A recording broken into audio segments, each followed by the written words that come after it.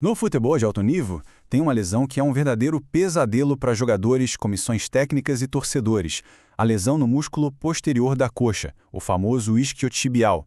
Hoje, a gente vai entender a ciência de ponta que está mudando o jogo da recuperação, transformando o que antes era quase adivinhação em um processo de altíssima precisão. Para a gente ter uma ideia do tamanho do problema, se liga nesse número: 24%. Hoje em dia, as lesões de isquiotibiais já são responsáveis por quase um quarto de todas as contusões no futebol profissional masculino. É um número sinceramente impressionante. E o que transforma isso numa crise de verdade, como esse estudo mostra, é que o problema só está piorando. Pensa só, desde 2001, a frequência dessas lesões vem crescendo ano após ano. Isso significa mais atletas fora de campo e um prejuízo gigantesco para os clubes. E aí fica a pergunta, né? Por que, afinal, esse músculo é tão complicado, tão famoso por ser difícil de curar? A resposta, como a gente vai ver, não está em simplesmente descansar mais, mas sim em uma abordagem de reabilitação muito, mas muito mais inteligente. Ok, então vamos entrar de cabeça no problema do isquiotibial no futebol para entender a fundo a natureza desse desafio. E é aqui que a coisa fica complicada. É um paradoxo gigantesco. A principal ação que causa a lesão é o sprint, a corrida em velocidade máxima. Só que para um jogador ter alta, ele precisa provar que consegue fazer exatamente isso. É uma sinuca de bico, um dilema de altíssimo risco. Então, como é que a ciência moderna está encarando esse beco sem saída? Bom, as respostas que a gente vai ver aqui não saíram do nada. Foi um trabalho, de formiguinha. Os pesquisadores analisaram mais de 600 estudos científicos para filtrar o que realmente funciona, consolidando as melhores estratégias.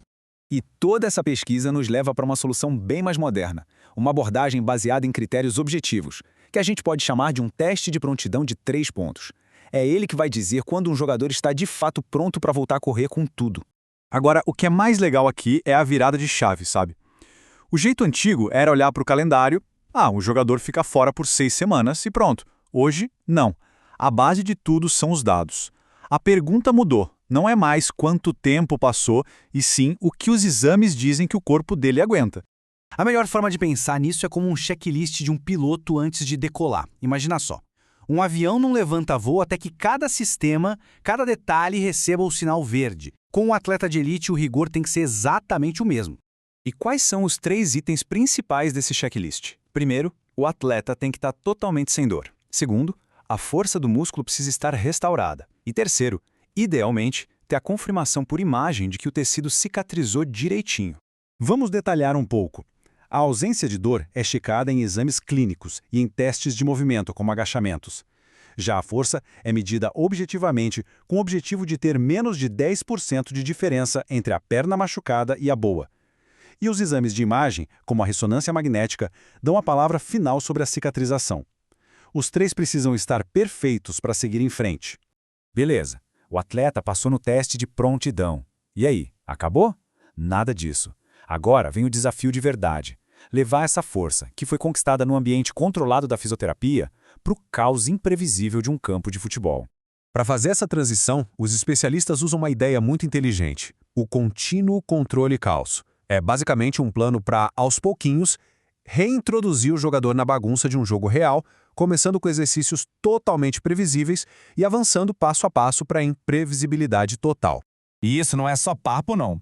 Existe um protocolo já testado e aprovado com 3 etapas que funcionam como um mapa nesse caminho. Ele guia o jogador de volta à intensidade máxima de forma segura, garantindo que o músculo se readapte a cada novo nível de estresse.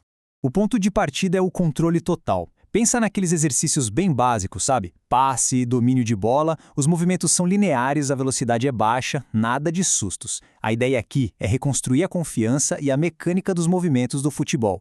Conforme o jogador avança, a gente entra no que seria um caos moderado. Aí a intensidade sobe.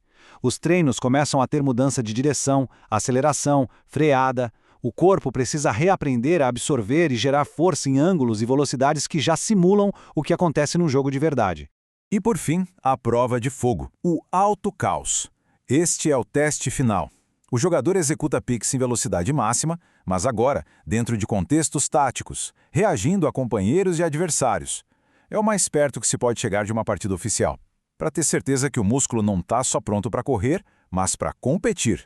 No fim das contas, o que todo esse processo entrega é uma recuperação muito mais inteligente que resulta num desempenho melhor e, o mais importante, mais seguro lá no campo. E por que isso faz tanta diferença? Simples. Essa abordagem diminui drasticamente o risco de uma nova lesão, que é gigante nesse tipo de contusão. Ela garante que o atleta volte a jogar no mesmo nível de antes, protege a saúde e a longevidade da carreira dele e, claro, poupa os clubes de perdas financeiras e técnicas enormes. Tem uma frase da pesquisa que resume tudo isso de um jeito perfeito. Uma progressão bem estruturada na reabilitação em campo não é só uma boa ideia, é absolutamente essencial. É o que separa um retorno de sucesso de uma carreira cheia de idas e vindas ao departamento médico. E tudo isso deixa a gente com uma pergunta no ar, né? Se já é possível usar dados para reconstruir o corpo de um atleta com essa precisão toda, qual será a próxima área do nosso futebol a ser completamente revolucionada por eles?